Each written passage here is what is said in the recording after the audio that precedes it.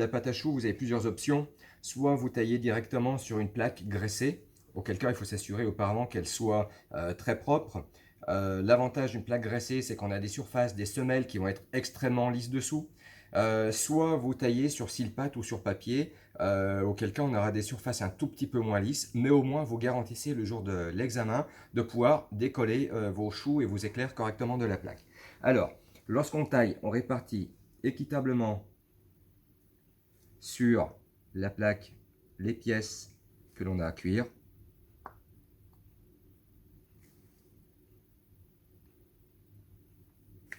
Voilà, on va tailler ici 4 éclairs et on va tailler quelques choux. Alors la recette, elle est faite 125 grammes, elle est faite 125 grammes d'eau, c'est fait environ pour 8 pièces. Donc s'il nous en reste un tout petit peu dans la poche, on fait quelque chose que l'on appelle une recharge. Donc c'est-à-dire que l'on remet un tout petit peu dessus d'appareil. Voilà. On doit arriver à 0 dans la poche pour ne pas faire de perte. Ensuite, nous allons dorer la pâte à choux. Pour cela, on retourne la plaque de pâte à choux, c'est mieux. On prend un pinceau avec un peu de dorure. Le but du jeu, c'est de ne pas déposer une omelette dessus, mais bien venir rectifier en fait le taillage un petit peu de notre éclair et de lui donner un lustrant et une forme adéquate. Donc on n'appuie pas trop, on ne tire pas.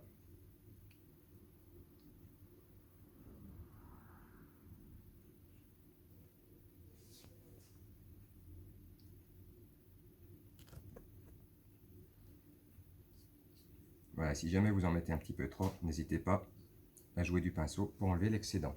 Et ensuite, nous allons mettre sur les éclairs un coup de fourchette qui va permettre à l'éclair de pousser plus régulièrement.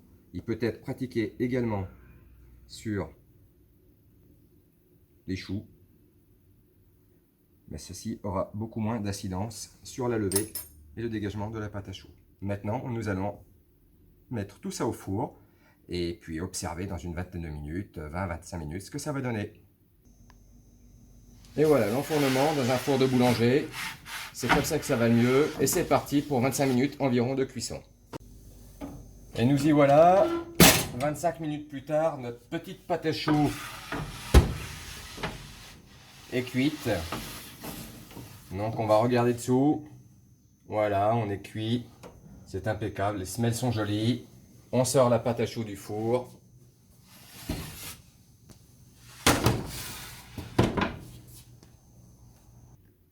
Mais voilà, notre pâte à choux est froide. On va regarder un petit peu, faire un petit débrief. Donc elle a poussé assez régulièrement. On a une couleur qui est plutôt pas mal. Alors on n'appuie pas trop les cuissons, on garde un tout petit peu de moelleux pour des pièces telles que les éclairs, les choux. Par contre, bien évidemment, lorsqu'il s'agira de petits choux pour les pièces montées, on terminera les cuissons à four séché afin que la coque soit bien dure et que le remouille un petit peu moins vite. Donc là, on va regarder dedans un petit peu, voir ce que ça donne dedans. Alors, une jolie pâte à choux dedans doit avoir une semelle assez large pour pouvoir faire un joli glaçage au fondant dessus. On verra ça dans un autre tutoriel, les finitions des petites pièces de pâte à choux. Et par contre, nous allons regarder dedans la texture qui, normalement, si la pâte à choux est bien réussie, doit être complètement alvéolée. Voilà, là on a une jolie pâte à choux qui est bien alvéolée dedans, on voit bien. Voilà, donc on a des grosses bulles. Ça sera facile, cette pâte à choux, de pouvoir la garnir dedans. Donc voilà, ça c'est assez bien comme produit. Voilà, on voit dedans. Jolie texture.